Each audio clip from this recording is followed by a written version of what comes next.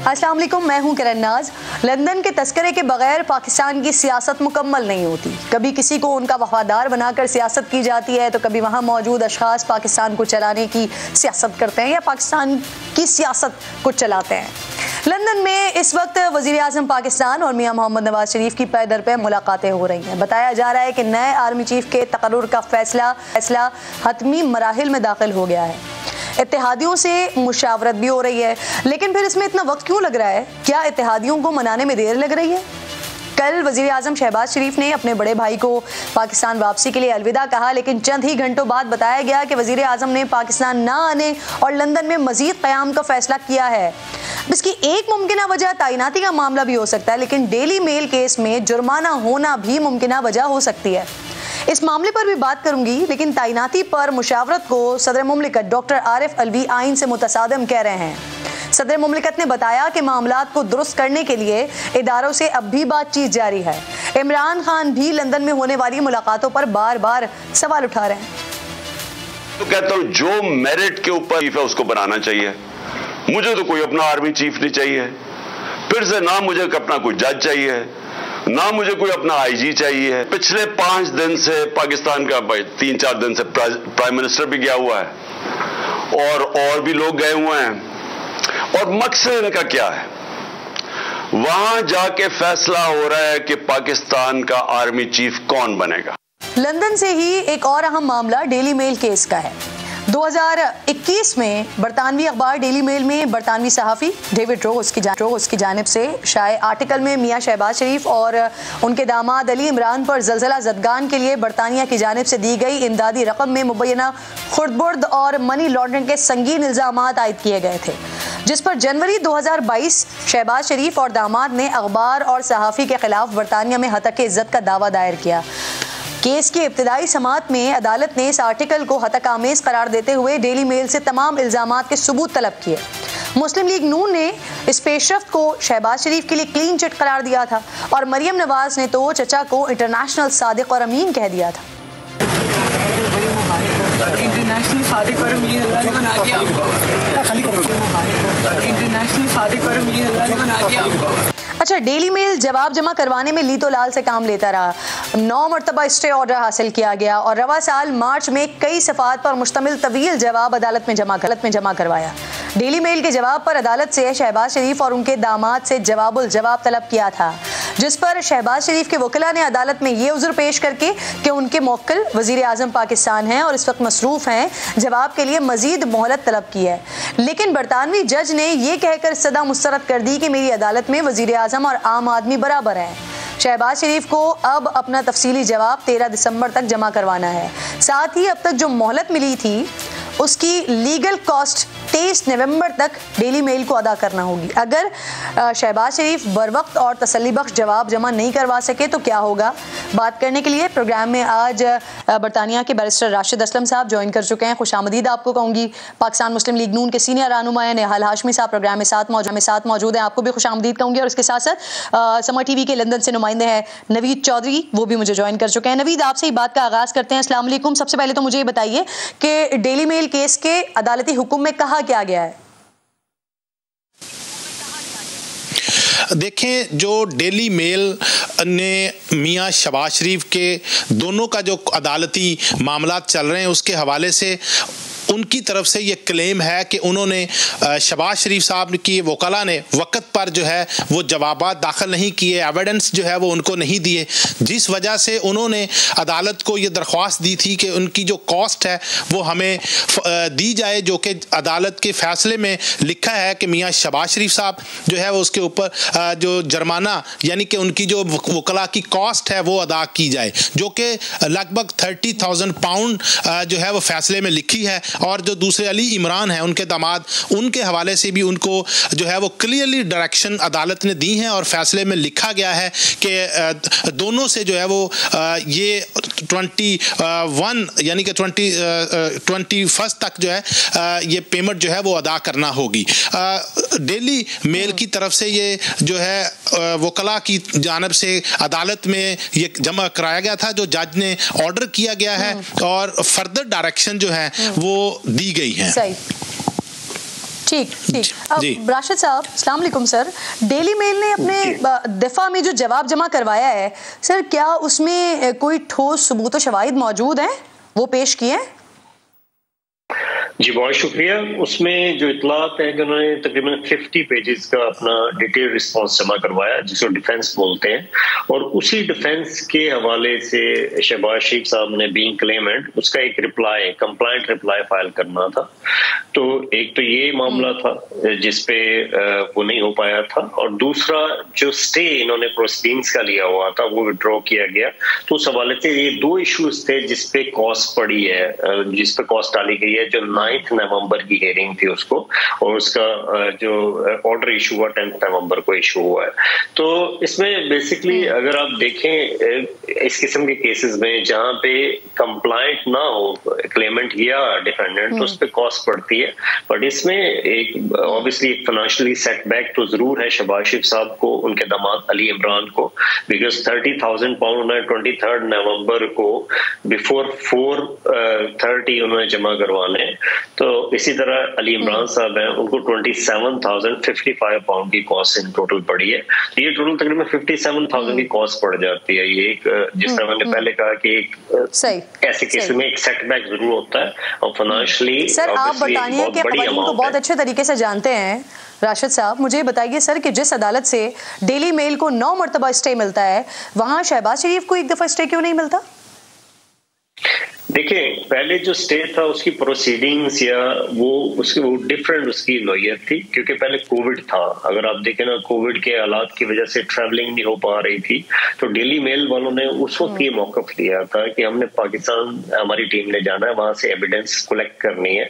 तो जिसकी वजह से उनको स्टे दिया गया, वो प्रोसीडिंग चलती रही। ऐसे बहुत सारे केसेस जिसमें लिटिगेशन कनेक्टेड टू ओवरसीज थी, उसमें इस किस्म के स्टे होते रहे हैं कोर्ट्स में पहले। लेकिन इसमें इशू एक नहीं था, इशू इसमें दो थे। एक तो स्टे का इशू था, दूसरा जो रिप्लाईज जमा नहीं करवाए हुए। नॉर्मली जब कोर्ट में इस किस्म की सिचुएशन होती है हाई कोर्ट में, तो जजेस थोड़े सख्त होते हैं कि आपने कंप्लाई नहीं किए हुए ऑर्डर को, या आपने रिप्लाई पाए हुए प्रॉपर। तो मैं ये समझता हूँ कि ये अगर एक सिर्फ मामला होता तो और बात है, ये दोनों की वजह से, दोनों चीजें इकट्ठी हुई हैं जिसकी वजह से उन पे ये हुआ है। तो ये एक इस किस्म की चीज है कि ये होती रहती है कोर्ट्स में। बट इसमें आगे जो क्वेश्चन है कि आगे फर्दर जिस तरह जो फर्दर डायरेक्शंस हैं कि अक्टूबर 2023 में ये 5 वीक का ट्रायल होगा जो हाई कोर्ट सुनेगा, तो इस पूरी कॉस्ट का उस पर असर पड़ता है कि नहीं पड़ता, ये एक अहम क्वेश्चन है जो पाकिस्तान में इस वक्त जेर बहस भी है। वो जो फुल ट्रायल है उसका इसके साथ कोई ताल्लुक नहीं है, क्योंकि ये ड्यूरिंग ट्रायल क्योंकि इस वक्त बड़ी एक कंफ्यूजन क्रिएट हो रही है, तो इसको एक दफा क्लियर कर दीजिएगा कि असल वजह क्या है जुर्माना होने की, कि जो रिप्लाई है वो नहीं किया गया, जवाब जमा नहीं करवाया गया, ये वजह है?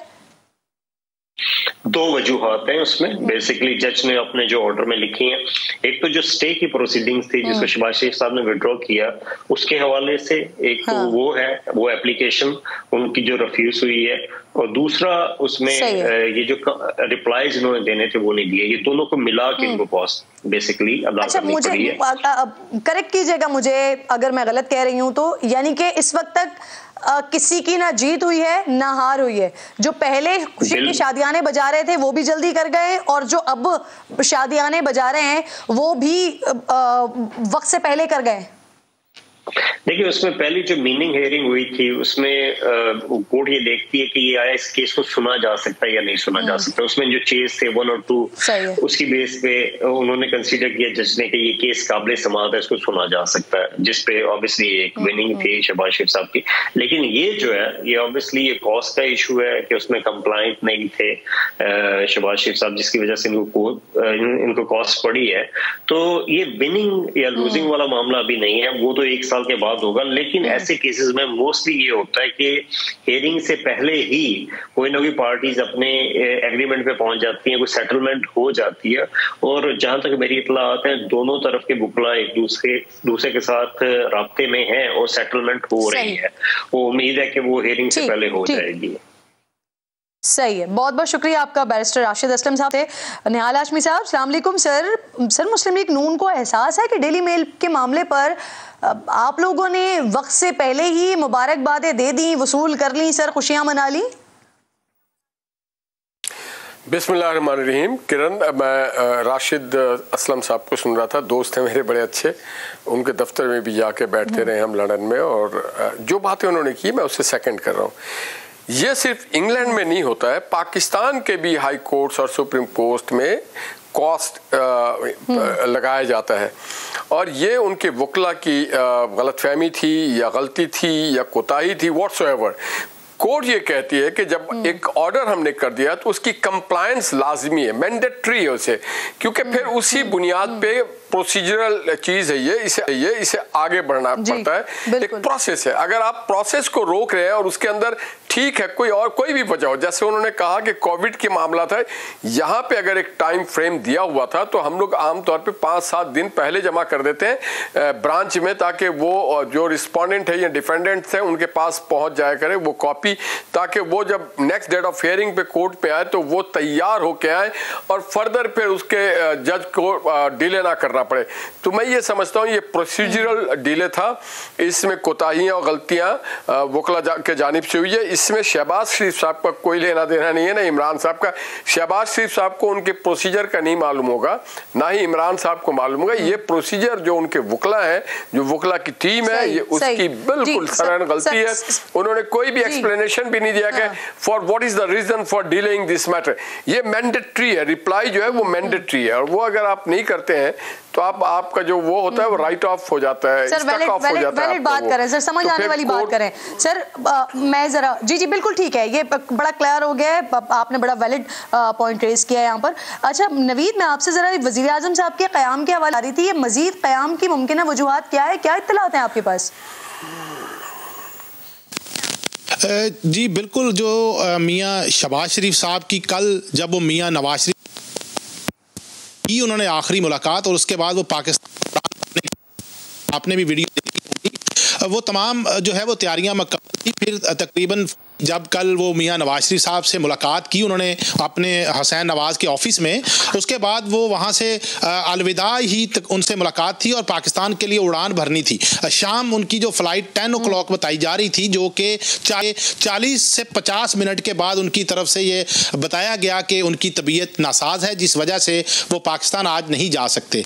हालांकि अगर हम उनकी जो वीडियो है वो देखा जाए तो उसमें वो मियाँ नवाज शरीफ साहब के पाँव को भी छू रहे थे, उनके गले भी मिले, बल्कि दोनों भाइयों ने आपस में जो है वो खुशी का इजहार किया और एक दूसरे के साथ ताज़ीम करते हुए जो है वहाँ से जो है वो अलविदा हुए थे। अलबत्ता जो अब तक की मालूमात हैं कि मियाँ शहबाज शरीफ साहब पाकिस्तान जो है वो उनकी सेहत याबी के साथ मुंसलिक की गई है, और जो आज की इतलात आ रही हैं कि कल मियाँ शहबाज शरीफ साहब जो है वो पाकिस्तान वतन वापस लौटेंगे। अभी तक जो आज भी यही बताया जा रहा था कि मियाँ शहबाज शरीफ और मियाँ नवाज शरीफ साहब के साथ आज जो है वो 1-to-1 मुलाकात होगी कुछ। बहुत बहुत शुक्रिया आपका नवीद, प्रोग्राम में साथ मौजूद थे। निहाल साहब, यही बात है, मियाँ साहब की तबीयत ख़राब हो गई थी, अल्लाह ताला उनको सेहत और तंदुरुस्ती दे, या फिर कोई कुछ और वजूहात हैं क्यों ये दौरा तवालत इख्तियार करता रहा? Sir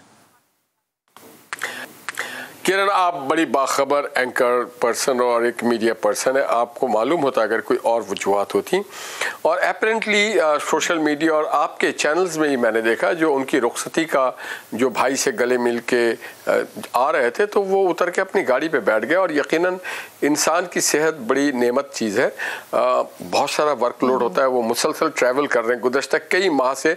look at his age and उनको आपको पता है माजी में भी उनको बहुत सारे ताइनाती के हवाले से, निहाल साहब अल्लाह ताला सेहत दे, उनको तंदुरुस्ती दे। सर ताइनाती के हवाले से कुछ स्पेकुलेशन हो रही है, उसमें डिले हो रहा है या फैसला नहीं हो पा रहा, तो इन सब की तरदीद कर रहे हैं आप? ऐसा कुछ नहीं है, सिर्फ और सिर्फ उनकी तबीयत नासाज है जिसकी वजह से नहीं आए, सिर्फ तबीयत ना देखें। ताइनात किरण देखिए, ताइनाती में आपको फिर एक बात आपके प्रोग्राम में समा के प्रोग्राम में मैंने 2 रोज पहले कहा था, आई डोंट नो आप कर रही थी कौन कर रहा, कि नवाज शरीफ साहब का एक ट्रैक रिकॉर्ड है अब हमारी पार्टी का कि हम एक्सटेंशन के हामी नहीं है और हम मेरिट पे काम करते हैं, और नवाज शरीफ साहब मेरिट पे काम करेंगे और एक्सटेंशन हमारे यहाँ नहीं है। रह गया ताइनाती का, तो ये एक प्रोसीजरल चीज़ है कि मिनिस्ट्री ऑफ डिफेंस से सेक्रेटरी डिफेंस साहब जो नाम भेजेंगे, और कोई एक नाम तो नहीं होता है उसमें, कई नाम होते हैं, वो नाम भेजेंगे, एक तरीक़ेकार है जो सीनियरिटी होती है उनका, एक जो उनका ब्रांच है वो ताइनाती का जो मेरिट है जो फॉर्मूला है निहाल साहब, वो यही तय हुआ है कि मोस्ट सीनियर जनरल को आर्मी चीफ तैनात किया जाएगा, क्योंकि माजी में हमने देखा है जब जब मियां साहब ने ये सिलेक्शन की है, ये तैनाती की है, तो उन्होंने मोस्ट सीनियर जनरल को नहीं देखा है। देखिए, हमारे यहाँ आपको याद होगा अल जिहाद ट्रस्ट केस हाजिकुल खैरी साहब ने बहुत 20 साल पहले फाइल किया था। उसमें एक चीज़ सेटल्ड हो गई थी सुप्रीम कोर्ट के हवाले से और हाई कोर्ट के हवाले से कि मोस्ट सीनियर जज will be elevated as chief justice और मोस्ट सीनियर जज of the high court will be elevated as the member of the supreme apex court. यही चीज़ लागू होता है एग्जैक्टली उस वक्त तक तो लागू हो रहा था क्योंकि आर्मी की कोई किस तरह की फॉर्मेशन नहीं थी। पूरी दुनिया में एक मेरिट का सिस्टम होता है, जो सीनियर मोस्ट आदमी होता है उसे लिया जाता है। तो जो मगर चूंकि उसमें मेरिट के साथ सीनियर मोस्ट के साथ और भी कुछ लाजमात होते हैं, तो कई वक्तों में सेकंड एंड थर्ड और फोर्थ ऑप्शन दिया जाता है। वो अदरवाइज तो ये ऑटोमेटिक हो जाए ना। ऑटोमेटिक ना होने की वजह यह है कि आप 4 नाम सेलेक्ट करके 4 नाम ही आएंगे, जो 4 नाम का तरीक़ेकार वही नाम आते हैं। वो एक ऑप्शन दिया जाता है चॉइस करने के लिए, और वो उसमें से आमतौर पे जो सीनियरिटी होती है वो प्रिवेल कर जाती है। अगर माजी में कहीं कोई कोताही गलती हुई है, हुआ नहीं है, क्योंकि आप ही के कुछ लोग कह रहे हैं कि फाइनलाइज हो चुका है मामला, लेकिन ये बस रिवील होना है। सर देखें, आपने बड़ी इंटरेस्टिंग क्वेश्चन किया है। बेगाने शादी में अब्दुल्ला दीवाना, ये मैंडेट सिर्फ और सिर्फ प्राइम मिनिस्टर का एज पर द कॉन्स्टिट्यूशन। इसमें ना कैबिनेट का है, ना लीडर ऑफ द अपोजिशन का है, ना प्रेसिडेंट का, किसी का XYZ किसी का नहीं। हाँ, अगर वो चाहें तो वो किसी से भी कंसल्ट कर सकते हैं। ठीक है, कंसल्ट तो करना चाहिए, क्योंकि हमारे दीन में भी मुशावरत को बहुत अहमियत दी गई। अब जो बहुत सारे लोग कह रहे हैं इनसे मुशावरत होगी, उनसे मुशावरत होगी, मेरा नाम ले लो। ये कोई क्रिकेट टीम थोड़ी है कि ये कुछ ऐसा भी तासुर है सर जी, ऐसा भी तासुर है कि जो इत्तेहादी है ना आपके, उनके साथ इत्तेफाक नहीं हुआ है। नहीं, इसमें देखिए ये एक चीज़ है, एक बड़ा सेंसिटिव चीज़ है। इसके अंदर जो एक तरीक़ेकार है, ये कोई हमने वर्ल्ड कप खेलने के लिए तो 2 बॉलर की जगह 3 बॉलर तो नहीं भेजना है। एक आदमी को हमने सेलेक्ट करना है जो वो प्राइम मिनिस्टर का प्रोगेटिव है। और मैं समझता हूँ इस बहस को बंद होना चाहिए। हमारे मुल्क में भी जगहसाई है, नहीं मालूम मीडिया में और सोशल मीडिया में लोगों को इसमें क्या मिल रहा है कि वो इसको डिस्कस कर रहे हैं। सर आखिरी सवाल करूंगी, मुझे ब्रेक पे जाना है। सर आप कानून को बहुत अच्छे तरीके से जानते हैं निहाल साहब। सदर मुमलिकत कहते हैं कि आईन तैनाती के मामले पर मुशावरत की इजाजत नहीं देता। जी बिल्कुल नहीं देता। ये तो प्राइम मिनिस्टर का अपना एक प्रोगेटिव है, वो जिसे चाहे अपॉइंट करें। हाँ, अगर वो चाहे, ये भी बंदिश नहीं, अगर वो चाहे तो किसी से भी बात कर सकते हैं। मगर सदर मुमलिकत का यहाँ पे कोई मैंडेटरी कंसल्टेशन नहीं है, ये सिंपली प्राइम मिनिस्टर की प्रोगेटिव है। ठीक, बहुत बहुत शुक्रिया। प्रोग्राम में साथ मौजूद थे। एक छोटा सा ब्रेक ले रही हूँ, ब्रेक के बाद वापस आती हूँ तो रोखड़ी साहब प्रोग्राम में साथ मौजूद होंगे। कुछ शायद मजीद इंकशाफात हों उनके पास, देखते रहिए। वेलकम बैक वंस अगेन जी नाज़रीन। तहरीक इंसाफ का ये वतीरा बन गया है कि जो उनके साथ है वो बड़ा ईमानदार है, बड़ा दयानतदार है, मुहिब्बे वतन है, लाजवाब है, बाकमाल है, लेकिन जैसे ही वो रुख मोड़ ले वो चोर है, मुल्क दुश्मन है, करप्ट है, कब्जा माफिया है, गो जितने इल्ज़ामात लगाए जा सकते हैं पेट भर कर लगाए जाते हैं। खुर्रम हमीद रोखड़ी, इनके इल्ज़ामात के बाद भी कुछ ऐसे ही हो रहा है। पहले कहते हैं हम तो इन्हें जानते ही नहीं है, कौन है ये, लेकिन पार्टी से निकाल भी ज़रूर रहे हैं।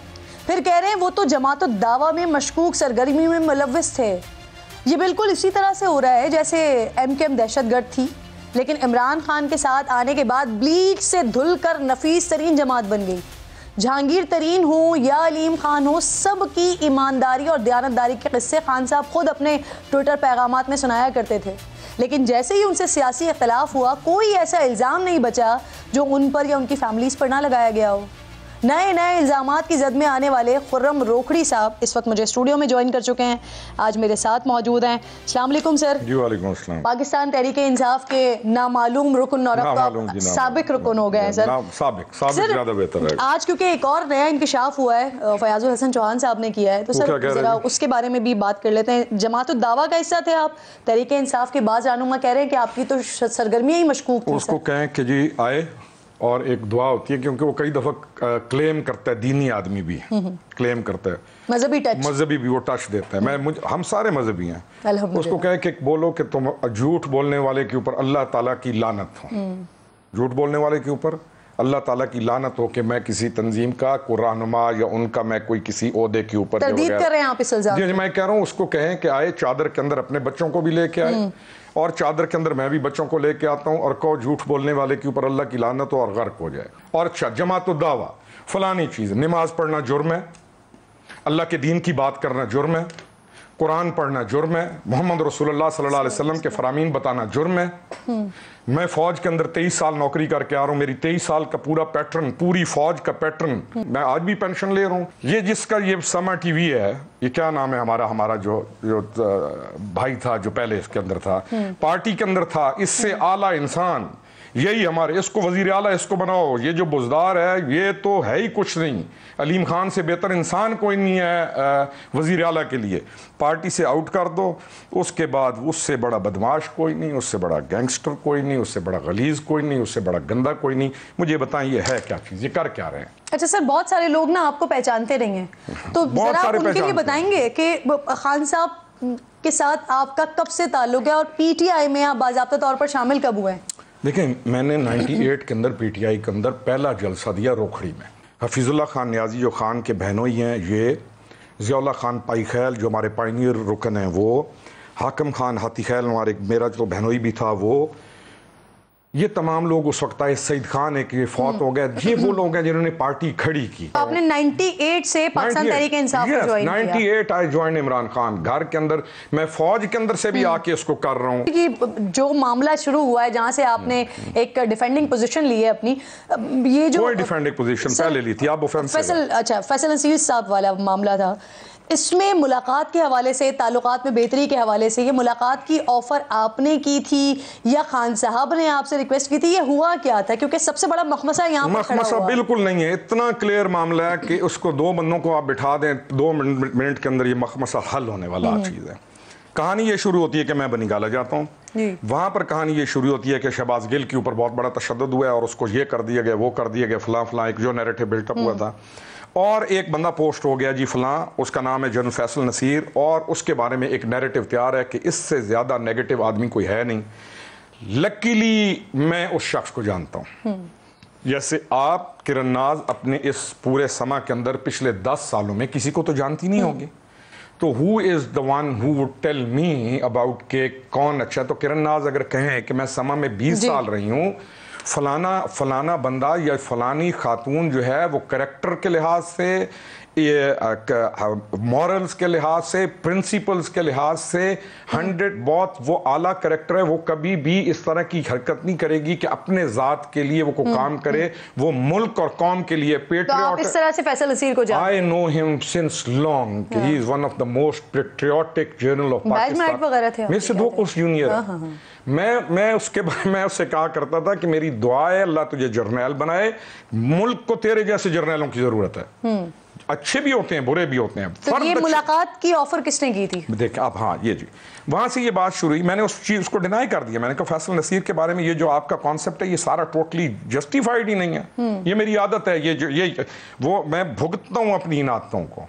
और फिर मुझे जितना कोई एक मैंने मिसाल दी कि फिर इख्तिलाफ करने की आदत को नहीं, इख्तिलाफ नहीं, मैं एक ओपनली एक्सप्रेसिव आदमी हूँ, मैं अपने ख्यालात को एक्सप्रेस कर सकता हूँ।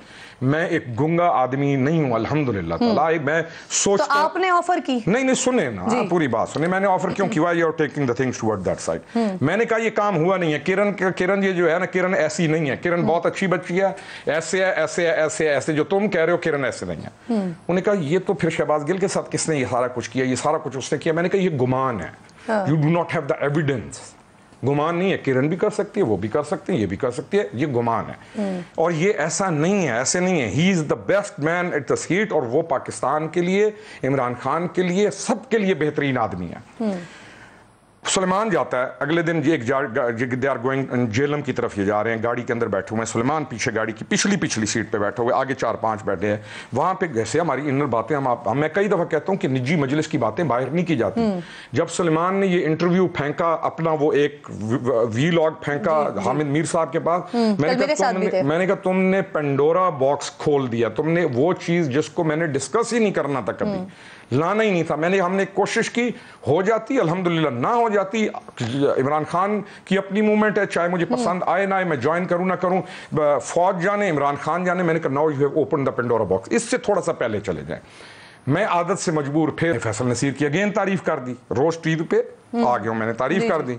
उसके बाद जनाब फिर एक ब्रिगेड लॉन्च हो गया, जो हमारी पीटीआई का एक पैटर्न है, कोई कहे कि नहीं है, उसके बाद वो लॉन्च होता है, उसके बाद ट्विटर के ऊपर शुरू होता है, कहीं कहां से शुरू होता है, गालम गलोच, एंड देन दे थिंक कि दे हैव राइट। सर ये हर वो शख्स जो कि तनकीद कर रहा है या सख्त सवाल कर रहा है, वो सब मैं भी भुगतती हूँ रोजाना की बुनियाद पर। अच्छा, मैं आपसे ये पूछ रहा हूँ, ये ऑफर वाली नहीं ऑफ जब इसके बाद अचानक सलमान ने डाल दी, वो हामिद मीर के ऊपर जाके वो डाल दिया अपना वीलॉग के, मुझे जनरल फैसल का वाला, मैंने उस पे कहा, मैंने कहा you have open the Pandora box now, क्योंकि इस चीज को तुमने उस जर्नल को तुमने एक्सपोज कर दिया without reason. Now people have to know the actual thing what actually happened. आप बताइए सर। हाँ अब जी, वो क्योंकि मैंने उधर वो रोज टीवी पे तारीफ कर दी थी जर्नल की, इतने तक मुझे एक शो कॉज नोटिस मिल चुका था, क्योंकि मैं नौकरी कर रहा था बहुत बड़े महकमे की, तनख्वाहें ले रहा था। ठीक है जी, एक पॉलिटिकल पार्टी है, फॉशिज्म और क्या है, फॉशिस्ट होना और फॉशिज्म की डेफिनेशन क्या है, वो शो का नोटिस जैसे आता है वो पहुंच जाता है हामिद मीर साहब के पास। हामिद मीर साहब को 2 मिनट में पता लग जाता है कि दूसरा बंदा कौन था जो फैसल को लेके गया हुआ था। That time I decided now I have to come on TV and I have to tell them what actually has happened, how the things happened. This is how it starts now. एक छोटा सा break ले रही हूँ, break के बाद वापस आते हैं। वेलकम बैक वंस अगेन जी। खुरम रोखड़ी साहब प्रोग्राम में मेरे साथ मौजूद है। सर, जिस मुलाकात का तस्करा कर रहे हैं आप, सलमान को इस मुलाकात के लिए इमरान खान साहब ने भेजा था। सुनते जाए, सलमान जब खान को कहता है कि जी आपके तो फैमिली के बड़े क्लोज और आपके एक बड़ा ही क्लोज आदमी है, वो तो कहता है फैसल नसीर बहुत अच्छा आदमी है। वो क्या कहता है, फैसल नसीर, आपका नैरेटिव है, ये जो आपके साथ वाले बैठे हैं वो कह रहे हैं कि सारा काम ही फैसल नसीर ने किया, वो कहता है फैसल नसीर है ही ऐसा नहीं। खान तक ठीक चीज पहुंचे, वो ठीक समझता है, ये नहीं वो उस तक ठीक चीज पहुंचे तो eyes and years of the leader ये बहुत मैटर करते होते हैं। लीडर को आईज एंड ईयर्स कौन है उसके, ये चीज मैटर करती है। फिर कौन पहुंचा रहा था इमरान खान तक? फवाद चौधरी। हाँ। ये साथ बैठा हुआ था, सारी उस वक्त चीजें ये चाह डाल रहा था, बोले कि नहीं करता, आज इसको बुलाएं शोज के ऊपर, इनको आपको नहीं जानते, वो कहते हैं कौन है, पता नहीं फवाद चौधरी कौन है, मुझे ये भी नहीं पता। आपको भी नहीं पता? नहीं, मुझे कौन पता है, फवाद चौधरी को नजर आता है एक आदमी, मुझे क्या पता है कौन है, उसे क्या पता है मैं कौन हूं। निकाल के दिखाऊं एक यहाँ पे उसके एसओ का अपने व्हाट्सएप के अंदर से मैसेज कि जिस दिन एक लेफ्टिनेंट जनरल सिर्फ उससे ये पूछता है कि मेरा फलाना दोस्त है पीटीआई के अंदर, सुनती जाए, उसे कभी मिले हो, तो उस जर्नल के कहने पर फवाद चौधरी रात तक मुझे क्यों ढूंढता रहा है, किसको ढूंढता रहा है, ये खुर्रम हमीद खान नियाजी को। कहता है ये है कौन, ठीक है, ये इसके यानी कि कुछ तो शर्म होती है आदमी के अंदर। छोड़ें इसको, let's come back to the topic now. Sir पहले एक सवाल भी साथ साथ ले लें। फवाद चौधरी साहब का आपने नाम ले लिया है, तो खान साहब ये जो अपनी तमाम लिमिट्स को क्रॉस कर गए हैं, एस्टैब्लिशमेंट पर जिस तरह के वो इस वक्त तनकीद कर रहे हैं, बातें कर रहे हैं, ये किसके मशवरे पर? फवाद चौधरी साहब? खान साहब से पूछें। मैं फिर कहता हूँ, जो काम मैं कर रहा हूँ ना, आस्क मी। जो काम इमरान खान कर रहे, नोबडी इज, आप कह रहे हैं ना आईज एंड ईयर्स है ना, तो ये मशवरे कौन दे रहे हैं? मुझे मैं ये नहीं कह सकता हूँ कि ये काम प्रिसाइजली किरण का है या उनका है। You have to ask Imran Khan. नजदीक जो किरण है, नजदीक जो फवाद है, ये बात उस वक्त गाड़ी में फवाद मौजूद था, ये बात हो रही थी, जेलम का जलसा। खान के साथ फिर सलमान उस वक्त तक का पॉजिटिव जा रहा है, सही। सलमान फिर खान को कहता है चीज ऐसे नहीं है। सलमान को खान कहता है खुर्रम को कहो कन्फ्रंट करे। कौन खुर्रम? वो जो ज़ैम्बिया में रहता है, गैम्बिया में कहीं, नाइजीरिया का बंदा है। कौन खुर्रम? ये वाला खुर्रम ना। किसको कन्फ्रंट करे? इस जनरल फैसल नसीर को कन्फ्रंट। लफ्ज सुने, he should ask him. I go to general, मैं उसे कहता हूँ जनरल मैंने आपको मिलना है। वो कहते हैं आ जाए। मैं जाकर कहता हूँ कि मेरा दोस्त है, फ्रेंडशिप होती है, you are easy with each other. मैंने कहा आप इस काम के लिए, मैंने कहा जस्ट टेल मी कि आप इस काम के लिए आए। वो आगे से जो जवाब आते हैं बहुत सारे मजेदार है। उसने कहा क्यों आप ये सोचते हैं, आप सोचते क्यों हैं? आपकी पॉलिटिकल पार्टी है, वो आपका एक पॉलिटिकल लीडर है। मैं पोस्ट हुआ जिस दिन जनरल सरफराज की शहादत हो रही है। ये आप अपनी पॉलिटिकल स्ट्रगल जारी रखें और आपका फोकस पॉलिटिकल स्ट्रगल होना चाहिए। आप किस डायरेक्शन के अंदर चल रहे हैं? मुझे पता है वो प्रोफेशनल आदमी है, क्या दूसरी पार्टीज नहीं है? क्या एक आदमी एक सीट के ऊपर हो? असूल क्या है हमारा असूल होना ये चाहिए कि जो जिस सीट के ऊपर है, इंटीरियर सिक्योरिटी ऑफ पाकिस्तान का वो पूरा हेड है, तो उसके नजदीक सिर्फ हमारी पार्टी है। मैं वो सारी चीजें वापस जाके एक नोट तैयार करता हूँ, जो मेरी आदत है। मैंने नोट तैयार करके सुलेमान को दिया। एक सुलेमान ने कहा खुर्रम भाई आप मुझे देंगे? मैं दूंगा। मैंने जेहन में आया नहीं, not him alone, I should send Imran Khan as well. यानी ये नहीं है कि पता नहीं वो बीच में तो मैं नहीं होता जी कॉपी टू फलाना, मैं वो प्रॉपर, क्योंकि इस टेबल किधर बैठ के नौकरी की हुई है, मैं वो नोट भेज देता हूँ इमरान खान को भी और मैं नोट भेज देता हूँ सुलेमान को भी कि तू खान को दे दे। अब मुझे बताएं इसमें क्या जुर्म है? पूरी वो फाइंडिंग है जिसके अंदर मैं पूरी एक इन्वेस्टिगेशन करता हूँ। और वो खान साहब ने देखी? हाँ जी, और खान नहीं देख लिया ना, फोन खान का है और किसने देखा? तो फिर उन्होंने क्या आपको जवाब दिया? कोई जवाब नहीं। उसके बाद सुनती जाए ना, लाजमी है इमरान खान हर चीज का जवाब नहीं देता, यानी उसको देना भी नहीं चाहिए, उसने चीज पढ़ ली। अब वो मेरी एक पूरी प्रिसाइज रिपोर्ट थी शहबाज गिल के ऊपर कि क्या इसको टॉर्चर किया गया है जो ये क्लेम कर रहा है कि आपकी रिपोर्ट में क्या था? मेरी रिपोर्ट में ये था कि ये झूठ बोल रहा है, इसको कोई इस तरह का टॉर्चर नहीं किया गया। पुलिस ने पकड़ते वक्त अगर 2-4 धप्पे मार दिए तो हर जगह पे धप्पे लग जाते हैं, और ये पुलिस कस्टडी में रहा है, ये किसी और महकमे में की कस्टडी में नहीं रहा, ये झूठ बोल रहा है, इसको वो टॉर्चर नहीं किया गया। ये मेरी रिपोर्ट। और आपने ये रिपोर्ट बनाई कैसे थी? बना, मैंने नौकरी की हुई है 24 साल। आपने इन्वेस्टिगेट किया था? मैं इन्वेस्टिगेट, मैंने आप इसका मुझे अब मैं कहूँ किरण आपने ये बैठ के इंटरव्यू कैसे लिया? खान साहब कहते हैं कि मुझे इदारों के अंदर से खबरें मिलती हैं। मैं इदारे में नहीं हूँ, मैं तो उसकी पार्टी का हूँ। नहीं तो वो अंदर से खबरें कौन दे रहा होता है? पूछे खान बताए ना कौन देता है इदारों के अंदर? आती हैं उनके पास अंदर से खबरें? मैं मान ही नहीं सकता हूँ कि आपको फिर शायद सिस्टम का नहीं पता। कोई क्लेम करे ना कि मैं इदारे के अंदर से खबर दे रहा हूँ तो इस बात को मैं जब सुनता हूँ ना तो मैं कहता हूँ भोले लोगों किधर चले गए हो। उनके सियासी हरीफ भी तो ये बात कहते हैं कि उनको इदारों की नहीं लेकिन इदारों के अंदर चंद लोग ऐसे हैं जो उनकी मदद कर रहे हैं या उनको खबरें पहुंचा रहे हैं। क्या खबरें पहुंचा रहे हैं? एटम बम मर रहा है, वो जो क्लेम कर रहे हैं कभी उनके ऊपर अटैक किसने करवाया या दीगर चीजें हो रही हैं। Do you think things happen like this? फिर अच्छा जस्ट रुक जाओ, अंग्रेजी फिल्में तो पूरी दुनिया ने देखी हुई हैं। डीजीसी और आईएसआई ऑफ पाकिस्तान वो अटैक करा रही है एक ऐसे बंदे से कि जिसको पिस्तौल चलाना नहीं आ रहा और फिर सारे बच भी जाते हैं। हमें हो क्या गया? हम क्यों चाहते हैं कि हम अपनी फौज को, अपने इदारों को हम आप तमाम कौम की आंखों के आगे मुजरिम करार दे के खड़ा कर दें? ये सिर्फ यही रीजन है कि जनरल फैसल नसीर के हवाले से गलत बात हो रही थी तो फिर यहाँ पर आपको खुलकर आना पड़ा, या कोई और वजह भी है कि इस हद तक ताल्लुकात खराब हो गए? 98 से आप साथ हैं और फिर अब इतना ऑफेंसिव आ गए। नहीं ऑफेंसिव हुआ, ऑफेंसिव अब हुआ इनकी गालियों के बाद। मैं कह रही हूं ऑफेंसिव इनकी गालियों के बाद हुआ। अभी तो ये स्टार्ट है। तो रीजन क्या है उसकी? रीजन इनकी गालियां। ऑफेंसिव नहीं हूं मैं एक चीज को मैं क्लेम कर दिया, मैंने कहा ऐसी चीज नहीं है ये। अगर मैं कोई पोलाइट डिस्कशन हो रही होती, कोई मुहज्जिब कौम होती, कोई अच्छे तरीके से चल रहा होता, एक छोटा सा क्लेम है। पूरी कौम को तो ना कहें। क्यों नहीं है? आपका कौम का हमने कर दिया, हमने अपने बच्चों को किस डायरेक्शन में डाल दिया। आप कारकुन को कह सकते हैं, फॉलोअर्स को कह सकते हैं। नहीं हम they can not, I agree. हमने अपने बच्चों को, यूथ को डाल किस डायरेक्शन में दिया? हमने पहले इनको मौलवियों के हवाले किया, मौलवियों ने किसी काम में किया जो हमारे अच्छे। सही, तो रीजन ये है कि जिस तरह से सोशल मीडिया के ऊपर बैशिंग की गई उसकी वजह से फिर आपको ऑफेंसिव डेफिनेटली। अब सर आपके लिए लेटर भी निकल गया, टर्मिनेट भी हो गया, पहले ना मालूम थे फिर टर्मिनेट हो गए। अब आपको खुर्रम हमीद रोकड़ी किसी और पार्टी में नजर आएंगे? क्यों नहीं जाएंगे? I am a politician, I am a born politician. बहुत शुक्रिया सर, प्रोग्राम में आप तशरीफ लाए। ऑफेंसिव क्यों हो रहे हैं? क्योंकि सोशल मीडिया पर जिस किस्म की गुफ्तगू हो रही है, जिस तरह की बात हो रही है, और यहाँ पर तो ये अपने हैं, ऐसे लोगों को भी नहीं छोड़ा जा रहा है जो कि अगर कोई सख्त सवाल कर रहे हैं खान साहब से बैठ के वेस्ट में, और वो वेस्ट जिसको खान साहब सबसे ज्यादा जानते हैं, उनको नहीं छोड़े हैं। तो पाकिस्तान तहरीक इंसाफ को बहुत ज्यादा नागुज़ीर हो गया है कि वो लगाम डालें। ये जो गालम गलोच का कल्चर शुरू हो गया है ना, इसको कम करें। प्रोग्राम का वक्त खत्म हो गया। इंशाल्लाह नाज़रीन से मुलाकात होगी कल। अपना और अपने मुल्क का खास ख्याल रखिए। अल्लाह निगहबान।